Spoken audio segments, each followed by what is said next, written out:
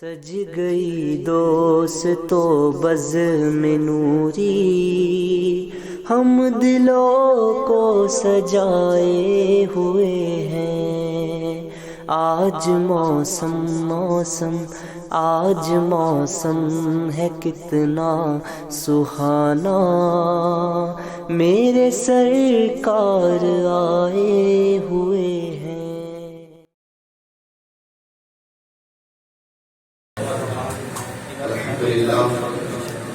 الحمد لله رب العالمين والعاقبة للمتقين، والصلاة والسلام على أشرف الأنبياء والمرسلين وعلى آله وأصحابه وأهل بيته أجمعين، أما بعد. قال الله تعالى في القرآن المجيد والفرقان الحميد، بسم الله الرحمن الرحيم: أرأيت الذي يكذب بالدين فذلك الذي يدعو اليتيم ولا يحض على طعام المسكين فويل للمصلين الذين هم عن صلاتهم ساهون الذين هم يراءون ويمنعون الماعون. آمنت بالله صدق الله العظيم وصدق رسوله النبي الأمين المطيع الكريم، ونحن على ذلك لمن الشاهدين والشاكرين والحمد لله رب العالمين. قال الله تعالى في شان حبيبه المصطفى: إن الله وملائكته يصلون على النبي يا أيها الذين آمنوا صلوا عليه وسلموا تسليما. اللهم صل على سيدنا مولانا محمد وعلى آله وبارك وسلم. صلوا عليه صلاة وسلام عليك يا رسول الله صلى الله عليه وسلم. نبی اور آل نبی پر ایک مرتبہ اور درود پاک پڑھیں. اللهم صل على سيدنا مولانا محمد وعلى آله وبارك وسلم. صلاة وسلام عليك يا رسول الله صلی اللہ علیہ وسلم. مختصر حمد و صلات کے بعد قرآن مقدس کی بڑی مشہور آیتیں سورہ مبارکہ تلاوت کرنے کا شرف حاصل کیا. آئیے اس مبارک صورت مبارکہ کے تحت کچھ گفتگو کرنے سے قبل ہم اور آپ اللہ رب العزت کی بارگاہ میں دعا کریں کہ اللہ اپنے حبیب کے صدقے طفیل مجھے حق کہنے کی توفیق عطا فرمائے، اور ہم شرکائے بزم کو حق سن کر حق کو قبول کر کر اس پر عمل کرنے کی توفیق عطا فرمائے. اللہ کا بہت بڑا احسان، اس کا فضل ہے کہ یہ 99ویں بزم آج جناب حنیف بھائی کے گھر میں منعقد کی گئی، جس میں ہم اور آپ شرکت کی سعادت حاصل کیے ہوئے ہیں. اور آج کی بزم کا جو عنوان منتخب کیا گیا وہ عنوان یہ کہ حقوق العباد ایمان کی اصل ہے. اسی عنوان کے تحت تھوڑی دیر چند باتیں آپ تک پہنچانے کی کوشش کروں گا، بالکل دل جمعی اور توجہ کے ساتھ گفتگو کو سماعت فرمانا. میں نے جس سورہ مبارکہ کی تلاوت کی، اگر دیکھا جائے تو عام طور پر لوگوں کو یہ سورۃ الماعون یاد ہوتی ہے. سورہ کے نام سے لوگوں کو معلوم نہ ہو، لیکن ارائیت الذی جب یہ کہا جائے تو عام طور پر لوگوں کو یہ صورتیں یاد ہوتی ہیں. لیکن اس سورہ مبارکہ کے اندر اللہ تبارک و تعالیٰ نے دین کی اصل کو بیان فرمایا، انسان کے نیک اعمال کی اصل کو بیان فرمایا، اور اس کے ایمان کی اصل کو بھی اسی سورہ مبارکہ کے اندر بیان فرمایا. اللہ ارشاد فرماتا ہے: ارائیت الذی یکذب بالدین. فرمایا کیا آپ نے نہیں دیکھا جو دین کو جھٹلاتے ہیں؟ اور اس کی وجہ کیا بتائی؟ فذلک الذی یدعو الیتیم، کہ وہ یتیموں کو دھکا دیتے ہیں. ولا یحض علی طعام المسکین، اور مساکین کو کھلانے کی رغبت نہیں دلاتے. فَوَيْلٌ لِّلْمُصَلِّينَ الَّذِينَ هُمْ عَنْ صَلَاتِهِمْ سَاهُونَ. کہ خرابی ہے ان نمازیوں کی جو لاپرواہی برتتے ہیں.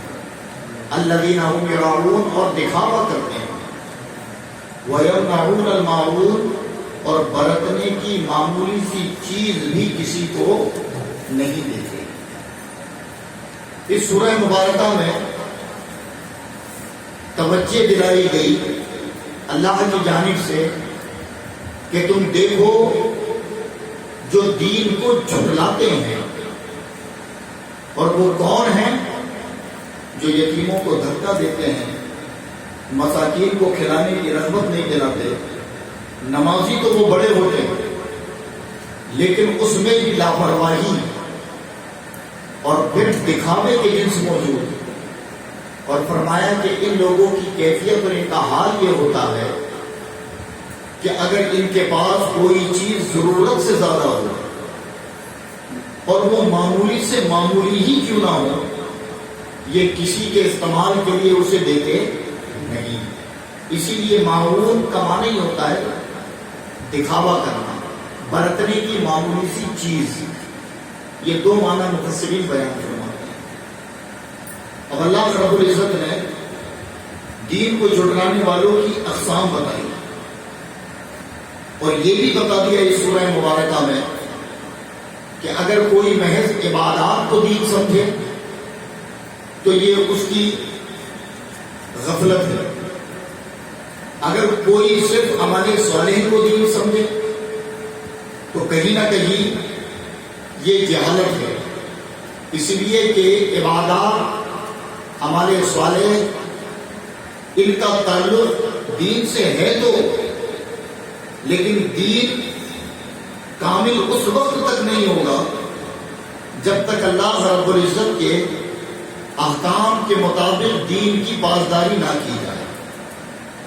اور اللہ رب العزت نے دین دار کہا ہی انہیں جو یتیموں کے سر پر شفقت کا ہاتھ رکھتے ہیں، جو غربا مساکین لوگوں کو کھلاتے ہوں، جو لوگوں کے لیے آسانیاں مہیا کراتے ہوں اور لوگوں کو اذیت و تکلیف سے بچاتے ہوں. اللہ نے انہیں کہا ہے کہ حقیقت معنوں میں یہ دیندار ہیں. ورنہ رب کریم نے سورہ مبارکہ میں کہا کہ وہ لوگ جو دین کو جھٹلاتے ہیں ان کو اگر دیکھنا ہو تو بظاہر دکھیں گے بڑے دیندار، زبان سے اقرار کریں گے دیندار ہونے کا، لیکن اگر دیکھنا ہو کہ یہ دیندار ہے یا نہیں تو یہ چند خصلتیں میں بتا دیتا ہوں. اگر وہ ان کے اندر پائی جائے تو سمجھ جانا کہ ان کے اندر دین موجود نہیں ہے. اور وہ کون؟ جو یتیموں کو ستائیں، کھلانے کی غربا مساکین کو رغبت نہ دلائیں، اپنے ہر عمل میں دکھاوا کریں اور اپنی چیز اپنے پاس ضرورت سے زیادہ ہونے کے باوجود بھی کسی ضرورت مند کو نہ دیں. پھر اللہ کے رسول صلی اللہ تعالیٰ علیہ وسلم نے اسی دین اور اسی ایمان کے تعلق سے اپنی مبارک زبان سے احادیث مبارکہ ارشاد فرمائی. صحابہ کرام جمع تھے بارگاہ مصطفیٰ میں تو ایک صحابی کھڑے ہوئے. سیاستہ کے اندر یہ حدیث ہے. ایک صحابی کھڑے ہوئے، کہا یا رسول اللہ افضل ایمان کیا ہے، بہترین ایمان کیا ہے؟ تو اللہ کے نبی نے فرمایا کہ تم لوگوں کو کھلاؤ اور ان سے محبت سے بات کرو، یہ افضل ایمان ہے. سبحان اللہ.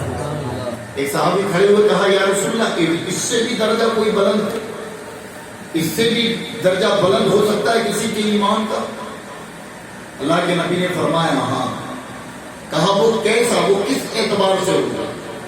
تو اللہ کے رسول فرماتے ہیں کہ تم میں سب سے بہتر ایمان والا آدمی وہ ہے جو لوگوں کے تفرقوں کو ختم کرے اور ان کے اندر اتحاد قائم کرے. سبحان اللہ.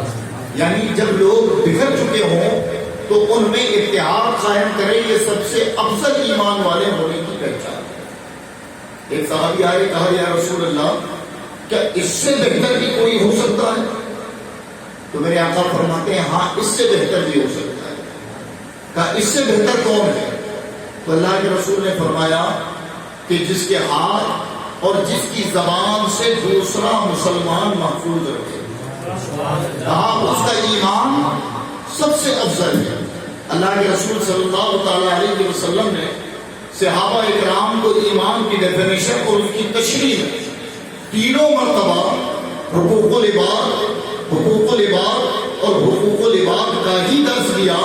آپ نے تینوں مرتبہ میں ایک مرتبہ بھی یہ نہیں فرمایا کہ تم کثرت عبادت کرو تمہارا ایمان بہتر ہے، تم کثرت جو ہے وہ تقوی اختیار کرو یہ تمہارا بہتر ایمان ہے، تم کثرت کرو روزوں کی، حج پہ حج اور زکوٰۃ پہ زکوٰۃ ادا کرو یہ افضل ایمان ہے. میرے آقا نے تینوں مرتبہ اگر ایمان کی افضلیت کی بات کہی صحابہ سے تو وہ لوگوں کے ساتھ حسن سلوک، ان سے محبت، ان سے پیار اور ان پر شفقت کرنے کا.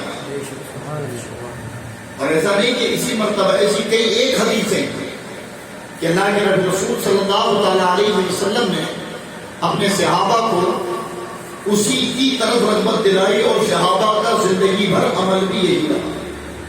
اور اسلام میں جو حقوق العباد کا چیپٹر ہے، جو کنسپٹ رکھا گیا ہے، اگر بندہ اسے سمجھ لے تو حقیقت معنوں میں وہ نمازی بھی سخت ہوتا ہے، وہ پرہیزگار بھی سخت ہوتا ہے، وہ اپنے آپ کو گناہوں سے بھی بڑی سختی سے بچاتا ہے. اس کی وجہ یہ ہے کہ حقوق العباد میں اللہ نے تمام عبادات کی اصل کو رکھ دیا اور تمام عبادات میں حقوق العباد کی اصل کو رکھ دیا. اب آپ غور کریں کہ نماز یہ کیا ہے، حقوق العباد ہے یا حقوق اللہ؟ یعنی حقوق العباد کا معنی معلوم ہے آپ کو؟ حقوق العباد کہتے ہیں کہ وہ حق جو اللہ نے بندوں کے بندوں پر رکھے، اور حقوق اللہ اسے کہا جاتا ہے کہ بندے پر جو اللہ کا حق ہوتا ہے. نماز حقوق العباد ہے یا حقوق اللہ؟ ظاہر ہے کہ نماز جو ہے وہ کیا ہے، حقوق اللہ. یعنی جب بھی ہم نماز پڑھتے ہیں تو کس کا حق ادا کرتے ہیں؟ اللہ کا حق. اس نے ہم پر یہ لازم کر دیا کہ تم میری عبادت کرو اس شکل میں جو شکل میرے محبوب نے تم تک پہنچائی ہے. لیکن اگر ہم اس حقوق اللہ کے اندر دیکھیں تو اس حقوق اللہ کی اصل بھی حقوق العباد ہے. اور وہ کیسے کہ نماز ہم پر فرض تو ہے، اللہ نے قرآن میں کئی مقامات پر فرمایا وَأَقِیمُوا الصَّلَاةَ، نماز قائم کرو، لیکن اپنے محبوب کے ذریعے اس کا طریقہ بتایا اور نمازوں کو بجماعت مساجد میں ادا کرنا واجب قرار دیا. آخر اس کی وجہ کیا ہے؟ جبکہ ذہن میں ہم یہ سوال کر سکتے ہیں کہ اے میرے رب، تو نے اگر ہم پر نماز فرض کی ہے تو تو ہمیں کسی بھی ایک مقام پر کھڑے ہو کر اپنی عبادت کا حکم دے دیتا. ہم پر یہ قید نہیں لگاتا کہ ہم مساجدوں میں اکٹھا ہو کر بجماعت نمازیں پڑھیں، لیکن یہ قید لگائی، واجب قرار دیا گیا. اپنے محبوب کو دنیا میں جب بھیجا تو ان کے ذریعے اس طریقے کو اپنے پورے بندوں تک پہنچایا. آخر وجہ کیا ہے تو اصل میں یہ حقوق اللہ، لیکن اس کے اندر حقوق العباد کی اصل موجود ہے. نماز کو بجماعت قائم کروانے کا ہرگز مقصد یہ نہیں تھا کہ تم اکٹھا ہو کر محض میری عبادت کرو. غور کریں تو پتہ یہ چلتا ہے کہ رب کریم نے جو نماز کو ہمیں بجماعت ادا کرنے کا حکم دیا، اس میں حقوق العباد کے کئی سارے اسباب موجود ہیں. سب سے پہلی وجہ تو یہ ہے کہ جب تم جمع ہو کر نماز پڑھو تو تم ایک دوسرے کے احساس مند بنو.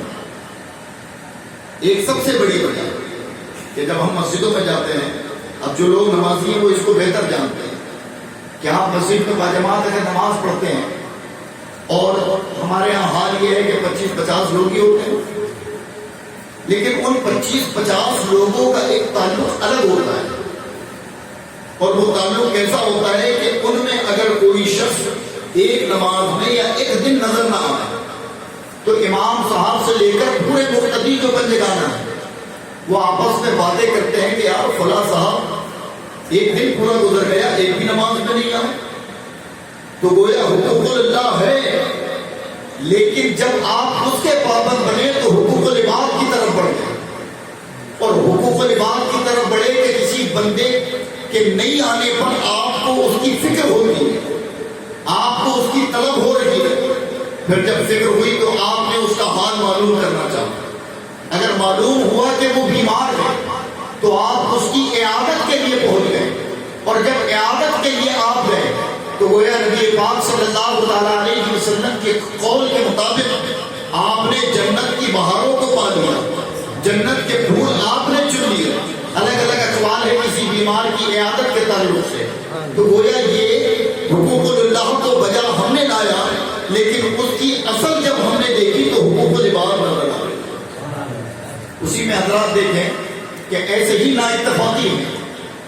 اللہ نے جو بجماعت نماز کا ہمیں حکم دیا ہے تو حقوق اللہ، لیکن اس کے اندر جتنے بھی ارکان ہیں وہ حقوق العباد کی اصل ہمیں سمجھاتے ہیں، حقوق العباد کی تعلیم دیتے ہیں. ایسی ہماری نا اتفاقی ہم پڑوسی ہیں، لیکن اگر اتفاق سے ہم دونوں اگر نمازی ہیں تو ہماری وہ رنجش زیادہ دنوں تک نہیں چلتی. وہ کیوں نہیں چلتی کہ ایک ہی محلہ اور اسی محلے کی مسجد میں اگر ہم نماز ادا کرتے ہیں تو بعض اوقات یہ ہوتا ہے کہ کبھی کبھی ہم ایک دوسرے کے بازو میں صف میں کھڑے ہو جاتے ہیں، اور جب وہاں کھڑے ہوتے ہیں تو ایسے تو ایک دوسرے کا چہرہ دیکھنا گوارا ہے، لیکن وہاں وہ آپ کے کاندھے سے کاندھا ملا کر کھڑا ہے، آپ سے سٹ گیا ہے، لیکن ذرہ برابر نہ آپ کو غصہ آئے، نہ اس کی طرف آپ نے نفرت سے متوجہ ہوئے، نہ آپ نے یہ چاہا کہ میں اس کی طرف سے دور ہٹ جاؤں، بلکہ آپ شوق سے اس کے بازو میں کھڑے ہیں. اور پھر ہم سنیوں کا طریقہ کہ نماز کے بعد مصافحہ ہوتا ہے، اگر وہ اس کا بھی عامل ہے تو بعض اوقات آپ نے یہ بھی دیکھا کہ وہ لوگوں سے مصافحہ کرتے کرتے کبھی کبھی آپ کی جانب بھی ہاتھ بڑھا دیتا ہے، آپ کا ہاتھ اس کے ہاتھ سے مل جاتا ہے. تو گویا اللہ رب العزت نے ہمیں اپنی عبادت کا حکم دیا، وہ بلا شبہ حقوق اللہ ہے، لیکن اس کے ہر ایک رکن کے اندر حقوق العباد کی اصل موجود ہے جو لوگوں کے اندر اتحاد، اتفاق اور پیار پیدا کرتی ہے. نعرہ تکبیر، نعرہ رسالت. اس کے علاوہ آپ نماز کے بعد دوسری عبادت جو اللہ کا حق ہے وہ کیا ہے؟ دوسری عبادت جو اللہ کا حق ہے وہ کیا ہے؟ دوسری روزہ. کیونکہ 5 بنیادوں میں ایک تو زبانی ہے، 4 عملی، تو دوسرا کیا ہے؟ روزہ. یہ روزہ ہم پر فرض کیا گیا. اللہ نے قرآن میں کہا کتب علیکم الصیام کما کتب علی الذین من قبلکم، کہ جیسے تم سے پہلوں پر اے ایمان والوں تم پر روزہ فرض کیا گیا، یا ایھا الذین آمنوا تم پر روزہ فرض کیا گیا جیسے تم سے پہلوں پر فرض کیا گیا. اللہ نے اس کی وجہ بیان فرمائی لعلکم تتقون، تاکہ تمہارے اندر تقوی پیدا ہو.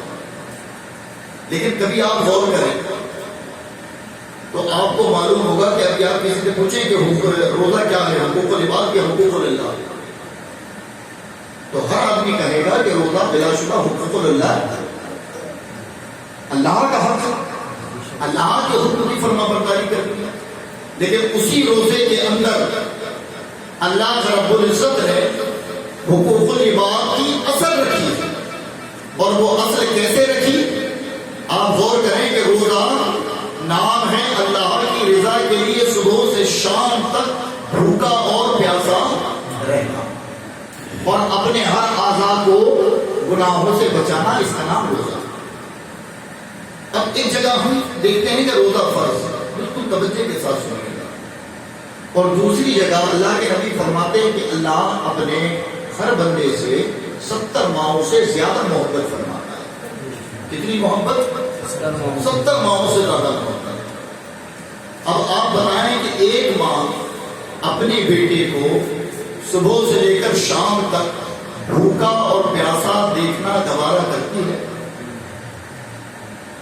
بھائی اگر ماں کو معلوم ہو کہ میرا بیٹا صبح سے بھوکا ہے، شام تک اسے کچھ نہیں ملا، تو گھر میں تمام لوگ تو کھا لیتے ہیں لیکن ماں کے منہ سے نوالا نہیں اترتا. یہ اس کی ممتا، یہ اس کی محبت. تو یہ ایک ماں کی محبت کا حال. اور اللہ کے نبی فرماتے ہیں، اچھا کنفرم بھی نہیں کیا گیا، بس یہ بتانے کے لیے کہ کتنی محبت، فرمایا مقید نہیں کیا، مطلق رکھا اسے. فرمایا تمہارا رب تم سے 70 ماؤں سے زیادہ محبت فرماتا ہے، اور جب اتنی محبت رب کی ہے تو پھر اس رب نے ہمیں ایک ایسی عبادت کیوں دی جس میں ہمیں صبح سے لے کر شام تک بھوکا اور پیاسا رہنا پڑتا ہے؟ حضرات ہے تو یہ اللہ کا حق، لیکن جب اس پر غور کریں تو ہمیں حقوق العباد کی اصل پتہ چلتی ہے۔ اللہ رب العزت کو تمہیں بھوکا پیاسا رکھنے کا کوئی مقصد نہیں، لیکن حقوق العباد کی اصل تمہیں بتانی تھی، بندوں کی بندوں سے محبت بتانی تھی، تو اس نے روزہ دیا، اور روزے کا مقصد صرف یہ کہ تم صبح سے لے کر شام تک بھوکے اور پیاسے نہ ہو، تاکہ تمہیں معلوم ہو جائے کہ بھوک کیا ہوتی ہے، پیاس کیا ہوتی ہے۔ اور جب اس کا مطالبہ کبھی کوئی تم سے کرے بھوک کا، پیاس کا، تو تم اسے اپنے دروازے سے دھتکار کر نہ بھگاؤ، اس لیے کہ تمہیں معلوم ہوگا کہ بھوک کی شدت کیا ہوتی ہے، پیاس کی شدت کیا ہوتی ہے، اور اسی اللہ کے حق کی بنا پر تم کسی بھوکے اور پیاسے پر شفقت کرنے والے بنے۔ تو اس عبادت میں بھی اللہ رب العزت نے حقوق العباد کی اصل رکھی، جبکہ یہ ہے حقوق اللہ۔ اور جتنی بھی عبادات آپ دیکھیں، ان تمام عبادات کے اندر اللہ رب العزت نے اپنے حق کے ساتھ بندوں کا حق رکھا ہوا ہے۔ اور پھر اس کی فضیلت کیا ہے؟ فرمایا گیا کہ حقوق العباد اس وقت تک اس میں اگر پامال کیا جائے یا کوتاہی ہو تو یہ اس وقت تک معاف نہیں ہوگا جب تک وہ بندہ تمہیں معاف نہ کر دے جسے تم نے ستایا ہے۔ اور حقوق اللہ کا اللہ تبارک و تعالیٰ نے جو معیار رکھا وہ یہ کہ اگر کبھی تم اللہ کے حق میں کوتاہی کر دو، تمہیں جب یاد آئے اس کی بارگاہ میں جا کر توبہ کرو، قضا کرو، وہ رب تمہیں معاف کر دے گا۔ لیکن اگر تم نے بندوں کو ستایا تو اس وقت تک تمہارا رب تمہیں معاف نہیں کرے گا جب تک وہ بندہ تمہیں معاف نہ کرے۔ اور پھر حضرات حقیقت معنوں میں یہ اصل ہے بھی کہ اللہ نے دین کی اصل، اللہ کے رسول نے ایمان کی اصل حقوق العباد کو کہا۔ اور پھر حقوق العباد میں اگر ہم دیکھیں تو اللہ رب العزت نے قرآن پاک میں سورہ بقرہ میں وہ آیت مبارکہ مکمل طور پر مجھے یاد نہیں آ رہی تھی، اللہ نے سورہ بقرہ میں کہا لیس البر ان تولوا وجوہکم قبل المشرق والمغرب۔ یہ فرمایا کہ اصل نیکی یہ نہیں کہ تم مغرب و مشرق کی طرف منہ کر لو، بلکہ فرمایا ولکن البر من آمن باللہ، کہ یہ ہے کہ تم اللہ پر ایمان لاؤ۔ جب ایمان لے آؤ اور ایمان کامل ہو جائے تو اللہ فرماتا، آگے آیت کا ایک ٹکڑا ہے وَمَا عَلَىٰ حُبِّهِ ذَوِي الْقُرْبَىٰ وَالْيَتَامَىٰ وَالْمَسَاكِينِ، کہ تم اپنے مال کو ایمان لانے کے بعد خرچ کرو ذوی القربیٰ، جو تمہارے قرابت دار ہو، اور جب ان سے فارغ ہو تو فرمایا وَالْيَتَامَىٰ وَالْمَسَاكِينِ، اور پھر تمہارے غلام اور تمہارے نوکر، ان پر اپنے مالوں کو خرچ کرو۔ اللہ نے کیا کہا کہ اصل نیکی یہ نہیں کہ تم مغرب یا مشرق کی طرف منہ کر لو اور کہو کہ میں نے بڑی نیکی کری۔ حقیقت میں نیکی یہ ہے کہ ایمان رہے، تمہاری بستی میں یتیم بھوکے نہ رہیں، تمہارے یہاں غربا اور مساکین پریشان نہ رہیں، تمہارے رشتہ دار تم سے اذیت نہ پائیں۔ اگر تم نے ان عملوں کے مطابق زندگی گزاری ہے تو تمہاری ہر نیکی خدا کی بارگاہ میں قبول ہے، اور اگر تمہاری زندگی محض کسی جانب منہ کر لینا ہے اور پھر ان تمام چیزوں سے دور رہنا ہے تو وہ تمہاری نیکی اللہ کی بارگاہ میں نیکی نہیں ہے۔ اللہ نے کیا فرمایا؟ اسٹیپ بائی اسٹیپ کہا ذوی القربیٰ، تو ذوی القربیٰ میں سب سے پہلے والدین، پھر والدین کے حقوق کے بعد جن کی ذمہ داریاں تم پر ہیں وہ شامل ہیں، اور پھر ان کے بعد قرابت داروں میں رشتہ دار ہیں، پھر یتامہ، پھر مساکین۔ یہ اللہ نے اسٹیپ بتائی ہے۔ اب بندہ نکلتا ہے تو آپ نے دیکھا عام طور پر وہ باہری لوگوں میں مدد اور امداد کو بڑی کراتا ہے، وہ یتیموں کو بھی دیتا ہے، غریبوں کو بھی دیتا ہے، مسکینوں کو کھلا بھی دیتا ہے، لیکن اللہ نے جو ترتیب بتائی اس ترتیب پر اس کا عمل نہیں۔ وہی سگا بھائی ناراض ہے، اس کو پرواہ نہیں، وہی پڑوسی ناراض ہے، اس کو پرواہ نہیں، وہی رشتوں میں کئی سارے لوگ خفا اور رشتے منقطع ہیں، اسے پرواہ نہیں، اور وہ باہر خوب یتیموں کو کھلا رہا ہے، غریب اور مساکین کی امداد کر رہا ہے، تو گویا تب بھی اس نے خدا کے حکم کو پامال کیا، اس لیے کہ اللہ رب العزت نے حقوق العباد کو ادا کرتے وقت ترتیب بتائی، اور وہ ترتیب یہ ہے کہ پہلے قرابت دار، اور قرابت داروں کے بعد پھر یتامہ، غربا، مساکین ہے۔ تو اگر ہم سے ہمارے گھر والے راضی نہیں، ہمارے محلے والے راضی نہیں، قرابت دار راضی نہیں، اور ہم لوگوں میں خوب صدقہ اور خیرات کرتے پھرے، تو عدل قرآن ہمارا وہ عمل بھی خدا کی بارگاہ میں قبول نہیں۔ اس لیے کہ اللہ نے ترتیب بتا دی، اور اللہ نے انہی لوگوں کو کہا جو دین کو جھٹلاتے ہیں کہ اپنی نفس اور اپنی مرضی سے تو وہ عمل کرتے ہیں اور کہتے ہیں ہم نے کر دیا نیک کام، لیکن ان کے رب نے انہیں ترتیب کے ساتھ، نظام کے ساتھ دنیا میں بھیجا ہے۔ حضرات گرامی، حقوق العباد کی جو تعلیم اسلام نے دی ہے، اور جس کو اصل ایمان کی اصل کہا ہے، کسی اور مذہب میں حقوق العباد کی طرف اتنی توجہ نہیں دلائی گئی۔ اور آج سب سے زیادہ اگر کسی حق کو ہم اور آپ پامال کر رہے ہیں تو وہ حقوق العباد ہے۔ ہمارے جھگڑے، ہماری انانیت، ہمارا اختلاف کبھی بھی دین کے لیے نہیں ہے، اللہ کی رضا کے لیے نہیں ہے۔ آج اگر دیکھیں لوگ حقوق العباد پامال کر رہے ہیں تو آپ کو زیادہ تر ایشو یہ ملیں گے کہ یہ میرے گھر کے سامنے کچرا پھینکتا ہے اس لیے جھگڑا ہے، اس نے اپنی دیوار 1 فٹ میری طرف بڑھا لی اس لیے جھگڑا ہے، یہ ہمیں غرا کر دیکھ رہا تھا اس لیے جھگڑا ہے، یا ہماری جگہ پر گاڑیاں کھڑی کر دیتا ہے اس لیے جھگڑا ہے، اس کے بچے ہمارے گھر کے بازو میں شرارت کرتے ہیں اس لیے جھگڑا ہے۔ یہ تو پڑوسی گھر میں معاملہ یہ ہے کہ سگے بھائیوں کا بھی اگر اختلاف پایا جا رہا ہے تو اس اختلاف کی وجہ دین، اسلام یا خدا کی مشیت نہیں، بلکہ اپنی انانیت اور اپنا بغض اور حسد ہے۔ وہ بہت کم گھرانے ایسے ہوں گے کہ جہاں بھائی نے بھائی کو اس لیے چھوڑا کہ اس کا عقیدہ درست نہیں تھا، وہ بہت کم گھرانے ملیں گے کہ رشتہ داری کو اس لیے منقطع کر دیا کہ وہ شریعت مطہرہ اور خدا کے دین سے برگشتہ ہو چکے تھے، بلکہ اکثر یہ ملے گا کہ ان کی آپسی انانیت تھی، آپسی جھگڑا تھا، آپسی جو ہے وہ تناؤ تھا، اس بنا پر انہوں نے رشتہ داریوں کو منقطع کر دیا، بھائی چارہ ختم کر دیا اور ایک دوسرے کے دشمن بن گئے۔ اور پھر حال یہ ہے کہ دوسروں کو عزت، دوسروں کے ساتھ بڑا ادب، بڑی محبت، ان سے بڑی شفقت، اور جن کے ساتھ کرنے کا رب نے حکم دیا ان کی طرف کوئی توجہ نہیں۔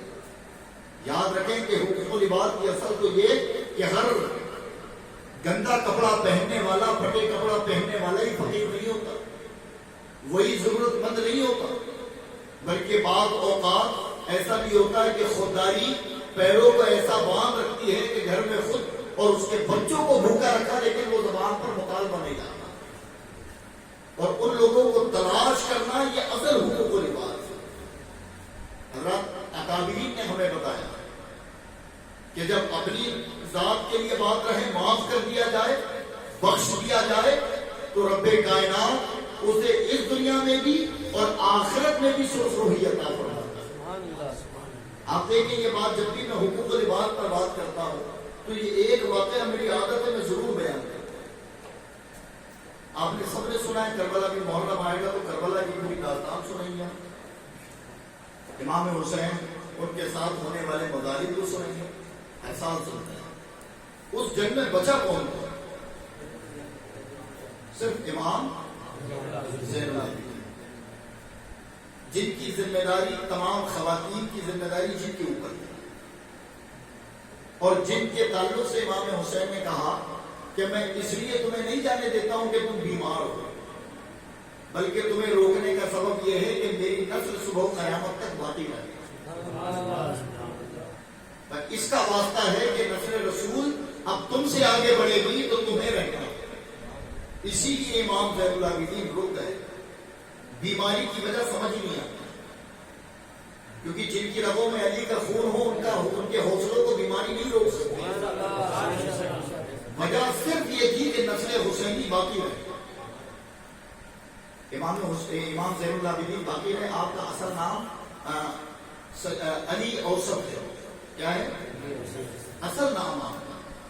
ایک علی اکبر تھے جو شہید ہو گئے، ایک علی اصغر تھے، وہ شہید ہو گئے، اوسط بچے، اوسط کہتے ہیں درمیان، یعنی امام حسین نے اپنے تینوں بیٹوں کا جو نام رکھا وہ اپنے ابا کے نام پر رکھا، اور بس فرق کے لیے کیا کر دیا، اکبر، اوسط، اصغر، کہ سب سے چھوٹا اس کو اصغر، جو درمیان تھا اسے اوسط، اور جو سب سے بڑے تھے انہیں، یہ دو تو شہید ہو گئے تنہا بچے۔ اور آپ نے جو مظالم دیکھے تھے،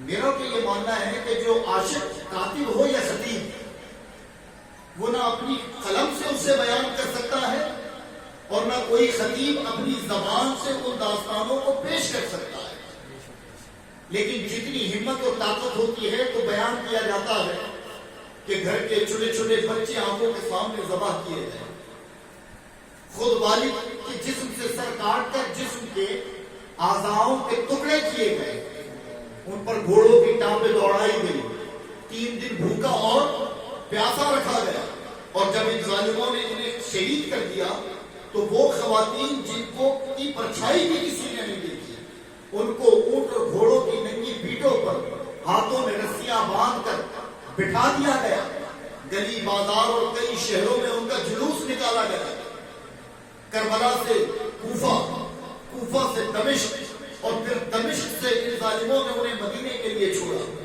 اس تمام معاملات میں امام زین العابدین ہر جگہ صبر کے پیکر بنے رہے، آپ نے نہ اپنی زبان کھولی، نہ کسی سے امداد اور مدد طلب کی، آپ مدینے چلے گئے، اور مدینے میں جا کر آپ نے سکونیت اختیار کر لی، مدینے میں رہنے لگے۔ اللہ رب العزت نے ان اہل بیت کی قربانی، جو کہ اس دین کی آبرو، عزت اور وقار کے لیے، جب امام زین العابدین مدینے رہنے لگے اور مختار ثقفی گورنر منتخب کیا گیا، جس کو آج اہل تشیع بڑا مانتے ہیں اور کچھ رافضی خیالات کے لوگ ہیں، وہ بھی مختار ثقفی کے تعلق سے بڑی بڑی احترام بخش بات کہتے ہیں۔ معاملہ یہ ہے کہ کوئی کتنا بھی عظیم کام کر لے، وہ عظیم کام کرنے کے بعد اگر ضروریات دین میں یا مصطفیٰ کی شان میں ذرہ برابر بھی بے ادبی کرے تو وہ اس کے تمام عظیم کام کنارے کر دیے جائیں گے ایمان کے مقابلے۔ سمجھ میں آئی؟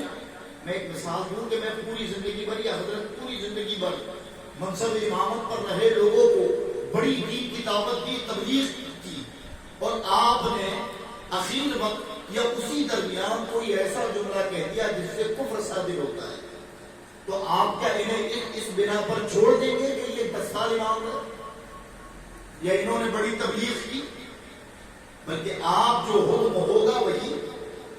مختار ثقفی کو عبداللہ ابن زبیر نے منتخب کیا، کہ تاریخ کبیر میں بالکل شارٹ میں بتا دوں اصل واقعہ۔ تو جب مختار ثقفی گورنر بنا، اس نے یزیدیوں سے بدلہ لیا، انہیں طرح طرح کی اذیتیں دی، بڑا اچھا کام کیا، لیکن اخیر میں اس نے اعلان نبوت کر دیا۔ کیا کر دیا؟ اپنے آپ کو نبی کہہ دیا، دعویٰ کر دیا، تو پھر اسے قتل کروا دیا عبداللہ ابن زبیر، اور یہ مرتد ہو گیا، کافر ہو گیا۔ اس کی وہ نیکیاں اس کے کام نہیں آ پائیں، اس لیے کہ نیکی کر کر اس نے اس کی اجرت رب سے چاہنے کی بجائے دنیا سے طلب کرنا چاہیے، اور اپنے آپ کو نبی کہہ لیا، جو کہ کفر ہے، کافر ہو گیا۔ بہرحال امام زین العابدین مدینے میں تھے جب یہ بدلہ لے رہا تھا، تو اسی دوران ایک یزیدی جب مختار ثقفی کے ظلم و تشدد کو دیکھا تو بھاگا، اور بھاگ کر وہ کدھر چلا گیا؟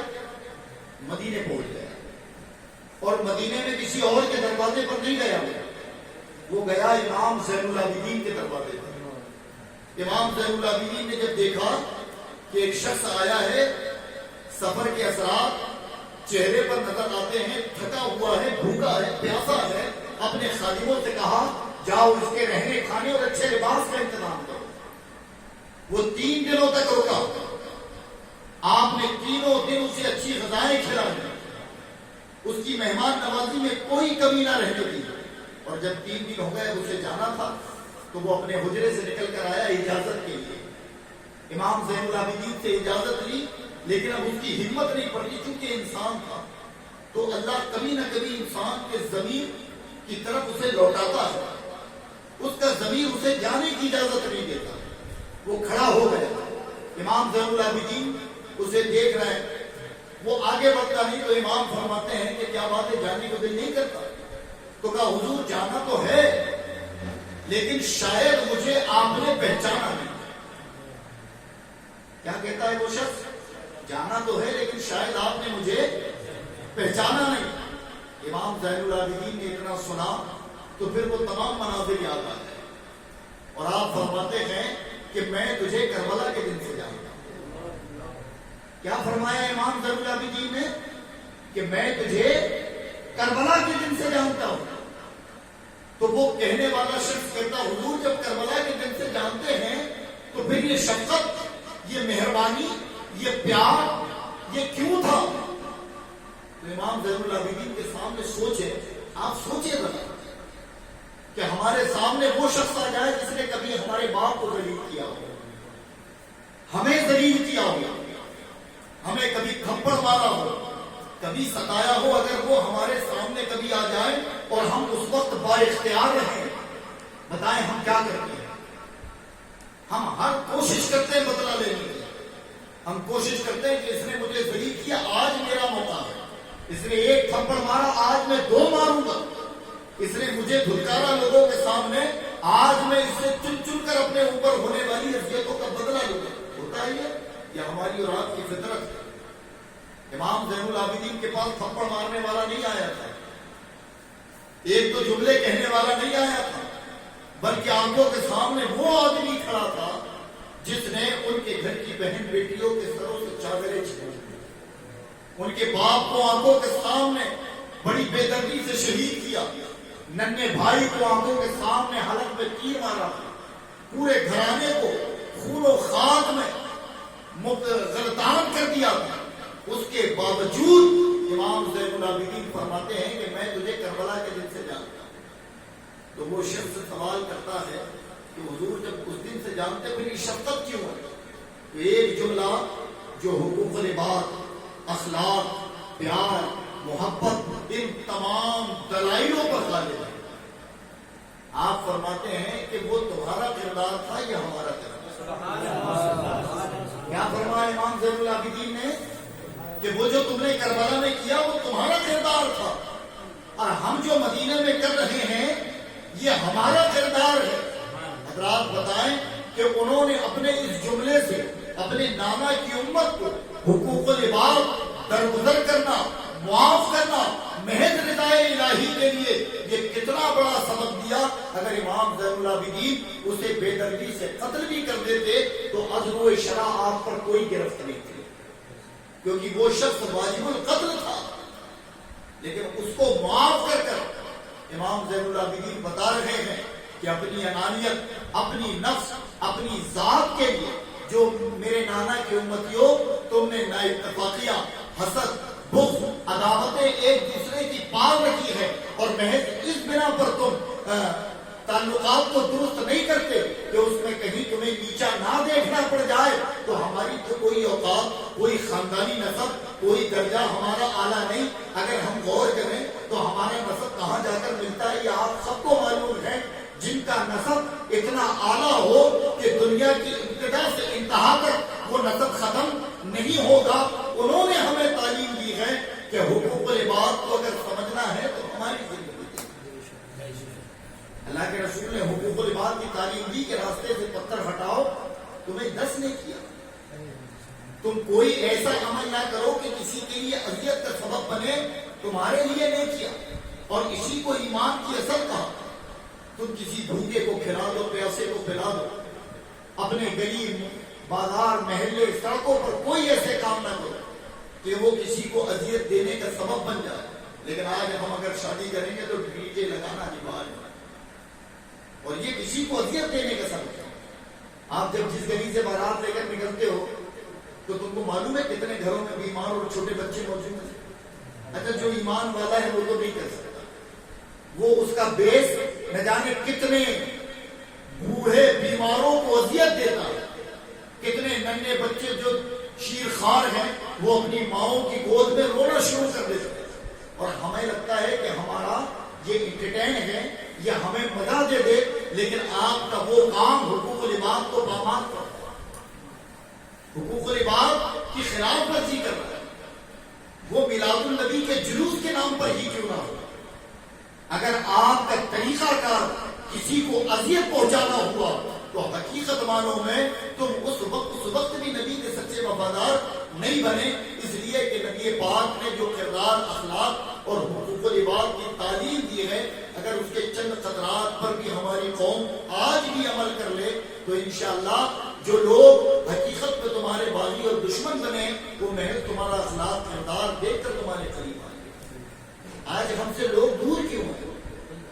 کیوں دور ہے؟ وجہ یہ ہے کہ ہم نے اپنے دین کی جو اصل تھی اسے چھوڑ دیا، محض دکھاوے کی طرف بھاگ چکے ہیں۔ جو حقوق العباد آج ہمارے گھر سے لے کر ہماری معاشرے، ہماری دینی تنظیموں تک کے اندر شامل ہیں، ہر جگہ ہماری انانیت ہے اور حقوق العباد کا درس بھی ہمارے اندر سے ختم ہو گیا۔ اس لیے خدارا ایمان کی اصل حقوق العباد ہے، عبادات کی اصل حقوق العباد ہے۔ اگر بندہ حقوق العباد کو بجا نہ لائے اور محض ایمان اور عبادات کے نعرے لگاتے پھرے تو یہ تمام چیزیں اس کے منہ پر مار دی جائیں گی۔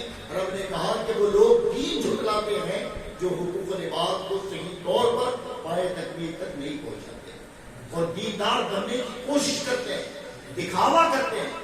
اللہ فرماتا ہے کہ وہ حقیقت میں دیندار نہیں ہے۔ اللہ ہمیں سچا دین والا، سچا ایمان والا ہونے کی توفیق عطا فرمائے۔ حقوق العباد کی پاسداری کرتے ہوئے اللہ ہمیں زندگی گزارنے کی توفیق عطا فرمائے۔ استغفر اللہ ربی من كل ذنب واتوب الیہ، لا الہ الا اللہ محمد رسول اللہ۔